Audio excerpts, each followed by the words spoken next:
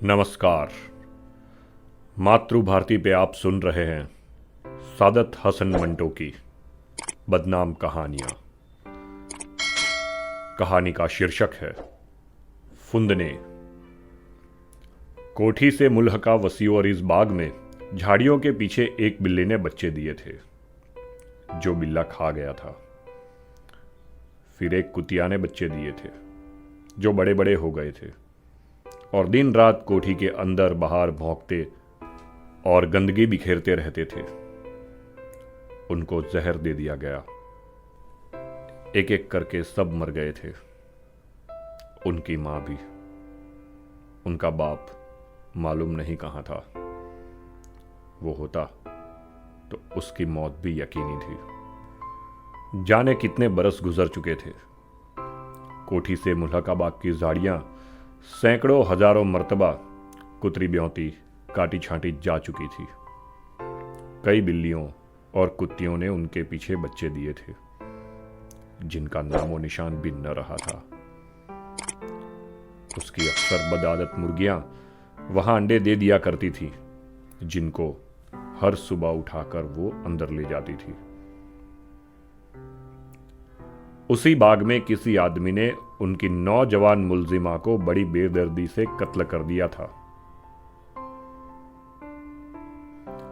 उसके गले में उसका फुंदनों वाला सुर्ख रेशमी इजारबंद जो उसने 2 रोज पहले फेरी वाले से 8 आने में खरीदा था, फंसा हुआ था। इस जोर से कातिल ने पेच दिए थे कि उसकी आंखें बाहर निकल आई थी। इसको देखकर उसको इतना तेज बुखार चढ़ा था कि बेहोश हो गई थी और शायद अभी तक बेहोश थी। लेकिन नहीं, ऐसा क्यों कर हो सकता था? इसलिए कि इस कत्ल के देर बाद मुर्गियों ने अंडे, न ही बिल्लियों ने बच्चे दिए थे। और एक शादी हुई थी। कुतिया थी जिसके गले में लाल दुपट्टा था। मुकेशी जिलमिल करता। उसकी आंखें बाहर निकली हुई नहीं थी, अंदर धंसी हुई थी। बाग में बैंड बजा था।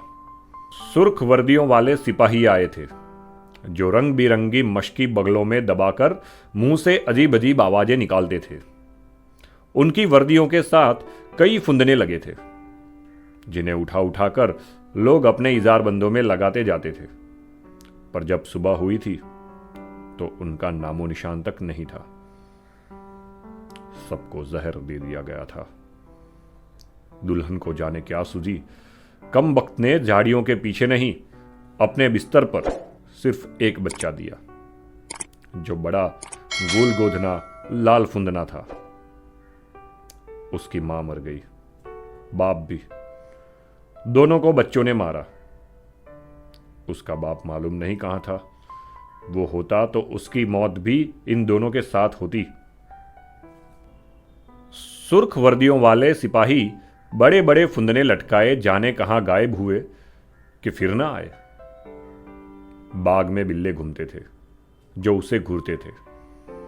उसको छेछड़ों की भरी हुई टोकरी समझते थे, हालांकि टोकरी में नारंगियां थी। एक दिन उसने अपनी 2 नारंगियां निकालकर आईने के सामने रख दी। उसके पीछे होके उसने उनको देखा मगर नजर ना आई।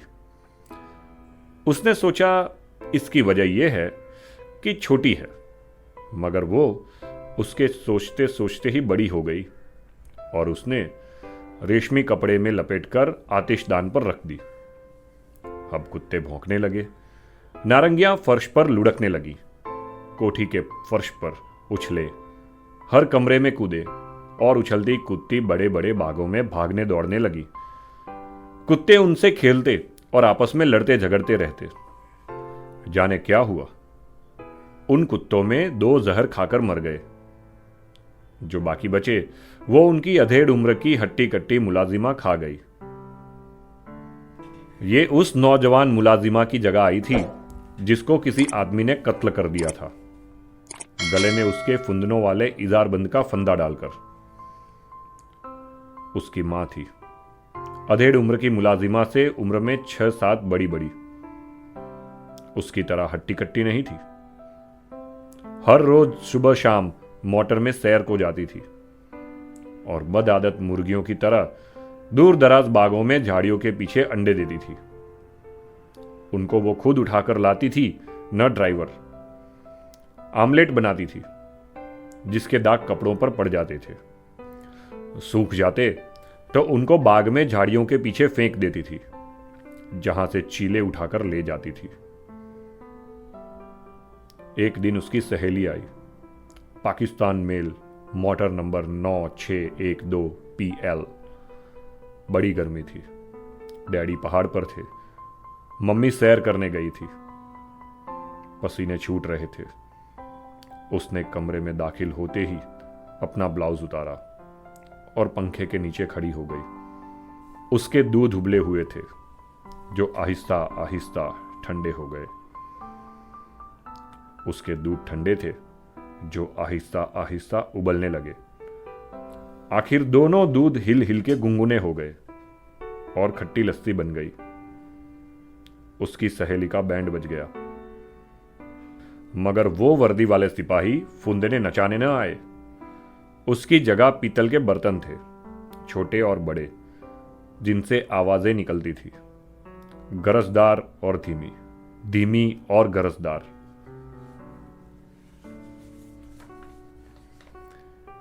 ये सहेली जब फिर मिली तो उसने बताया कि वो बदल गई है। सचमुच बदल गई थी। उसके अब 2 पेट थे, एक पुराना, दूसरा नया। एक के ऊपर दूसरा चढ़ा हुआ। उसके दूध फटे हुए थे। फिर उसके भाई का बैंड बजा। आधेड़ उम्र की हट्टी कट्टी मुलाजिमा बहुत रोई। उसके भाई ने उसको बहुत दिलासा दिया। बेचारी को अपनी शादी की याद आ गई थी। रात भर उसके भाई और उसकी दुल्हन की लड़ाई होती रही। वो रोती रही, वो हंसता रहा। सुबह हुई तो आधेड़ उम्र की हट्टी कट्टी मुलाजिमा इसके भाई को दिलासा देने के लिए अपने साथ ले गई। दुल्हन को नहलाया गया। उसकी शलवार में उसका लाल फुंदनों वाला इजारबंद पड़ा था। मालूम नहीं ये दुल्हन के गले में क्यों न बांधा गया। उसकी आंखें बहुत मोटी थी। अगर गला जोर से घोंटा जाता तो वो जबा किए हुए बकरे की आंखों की तरह बाहर निकल आती और उसको बहुत तेज बुखार चढ़ता।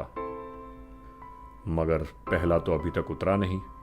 हो सकता है उतर गया हो और ये नया बुखार हो जिसमें वो अभी तक बेहोश है।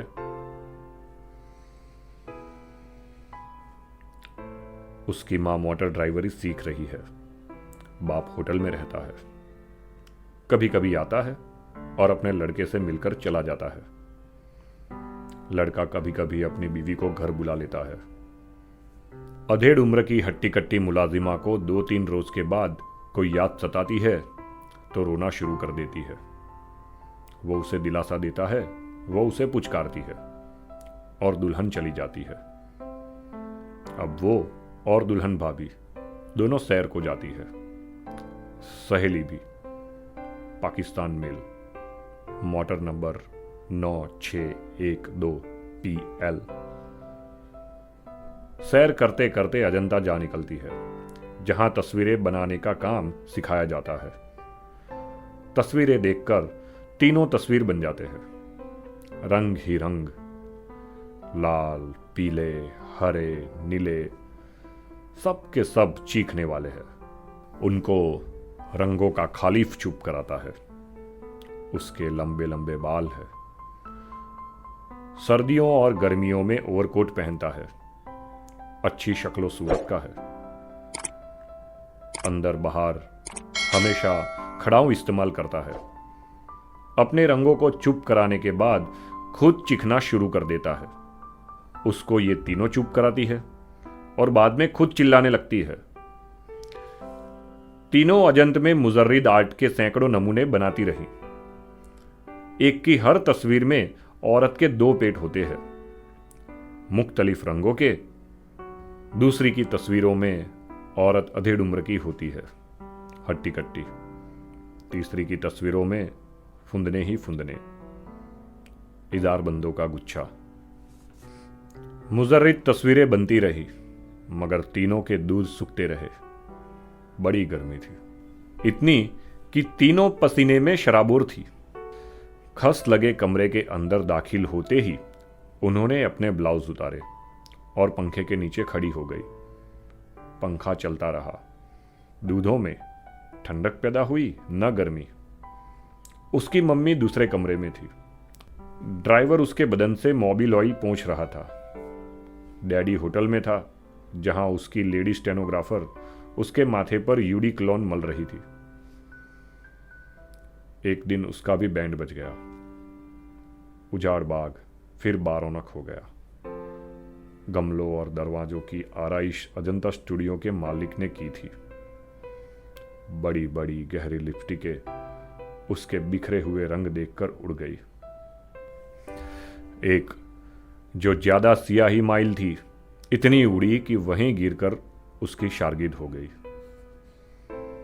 उसके उरूसी लिबास का डिजाइन भी सने तैयार किया था।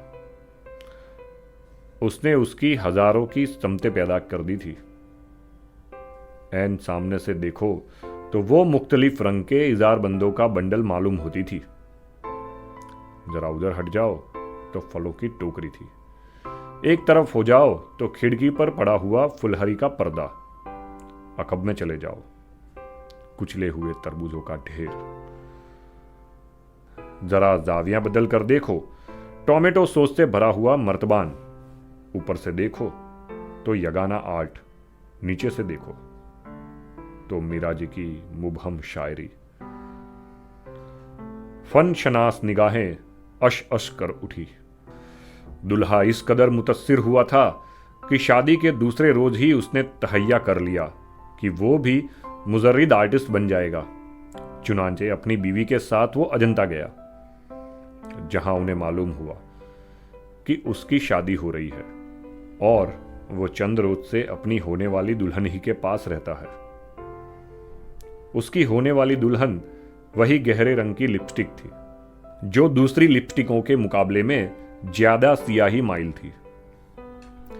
शुरू शुरू में चंद महीने तक उसके शौहर को सर से और मुजर्रिद आर्ट से दिलचस्पी रही, लेकिन जब अजंता स्टूडियो बंद हो गया और उसके मालिक की कहीं से भी सुनगुन न मिली, तो उसने नमक का कारोबार शुरू कर दिया, जो बहुत नफाबख्श था। इस कारोबार के दौरान में उसकी मुलाकात एक लड़की से हुई, जिसके दूध सूखे हुए नहीं थे। यह उसको पसंद आ गई। बैंड न बजा, लेकिन शादी हो गई। पहली अपने बरश उठाकर ले गई और अलग रहने लगी। ये नाचाकी पहले तो दोनों के लिए तलखी का मुअज्जिब हुई, लेकिन बाद में एक अजीबोगरीब मिठास में तब्दील हो गई। उसकी सहेली ने, जो दूसरा शौहर तब्दील करने के बाद सारे यूरोप का चक्कर लगाकर आई थी और अब दीक की मरीज थी, इस मिठास को क्यूबिक आर्ट में पेंट किया। साफ शफाफ चीनी के बेशुमार क्यूब थे, जो थुहर के पौधों के दरमियान इस अंदाज से ऊपर तले रखे थे कि उनसे दो शक्लें बन गई थी। उस पर शहद की मक्खियां बैठी रस चूस रही थी। उसकी दूसरी सहेली ने जहर खाकर खुदकुशी कर ली। जब उसको ये अलमनाक खबर मिली तो वो बेहोश हो गई। मालूम नहीं बेहोशी नई थी या वही पुरानी, जो बड़े तेज बुखार के बाद जहूर में आई थी। उसका बाप यूडी क्लोन में था, जहां उसका होटल उसके लेडी स्टेनोग्राफर का सर सहलाता था। उसकी मम्मी ने घर का सारा हिसाब किताब अधेड़ उम्र की हट्टी कट्टी मुलाजिमा के हवाले कर दिया था। अब उसको ड्राइविंग आ गई थी, मगर बहुत बीमार हो गई थी। मगर फिर भी उसको ड्राइवर के बिन माँ के पिल्ले का बहुत ख्याल था। वो उसको अपना मोबिल ऑयल पिलाती थी। उसकी भाभी और उसके भाई की जिंदगी बहुत अधेड़ और हट्टी कट्टी हो गई थी। दोनों आपस में बड़े प्यार से मिलते थे कि अचानक एक रात, जबकि मुलाजिमा और उसका भाई घर का हिसाब किताब कर रहे थे, उसकी भाभी नमूदार हुई। वो मुजर्रिद थी, उसके हाथ में कलम था न ब्रश, लेकिन उसने दोनों का हिसाब साफ कर दिया। सुबह कमरे में से जमे हुए लहू के 2 बड़े बड़े फुंदने निकले, जो उसकी भाभी के गले में लगा दिए गए। अब वो कदरे होश में आई। खावंद से नाचाकी के बाइस उसकी जिंदगी तल्ख होकर बाद में अजीबोगरीब मिठास में तब्दील हो गई थी। उसने उसको थोड़ा सा तल्ख बनाने की कोशिश की और शराब पीना शुरू की, मगर नाकाम रही, इसलिए कि मिकदार कम थी। उसने मिकदार बढ़ा दी, हत्ता कि वो उसमें डुबकियां लेने लगी। लोग समझते थे कि अब गर्क हुई, मगर वो सतह पर उभर आती थी, मुंह से शराब पोंछती हुई और कहकहे लगाती हुई। सुबह को जब उठती तो उसे महसूस होता कि रात भर उसके जिस्म का जर्रा जर्रा धाड़े मार मार कर रोता रहा है। उनके वो सब बच्चे जो पैदा हो सकते थे, उन कब्रों में जो उनके लिए बन सकती थी, उस दूध के लिए जो उनका हो सकता था, बिलक बिलक कर रो रहे हैं। मगर उसके दूध कहां थे? वो तो जंगली बिल्ले पी चुके थे। वो ज्यादा पीती कि अथाह समुद्र में डूब जाए, मगर उसकी ख्वाहिश पूरी नहीं हुई। ज़हीन थी, पढ़ी लिखी थी, जिनसी मौजुआत पर बगैर किसी तसन्नो के बेतकल्लुफ गुफ्तगू करती थी।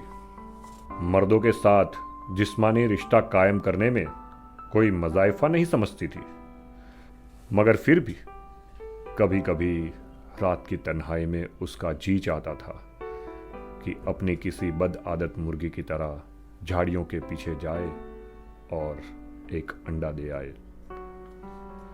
बिल्कुल खोखली हो गई, सिर्फ हड्डियों का ढांचा बाकी रह गया, तो उससे लोग दूर रहने लगे।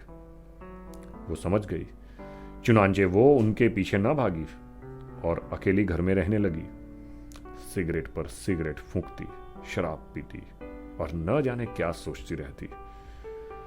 रात को बहुत कम सोती थी, कोठी के इर्द गिर्द घूमती रहती थी।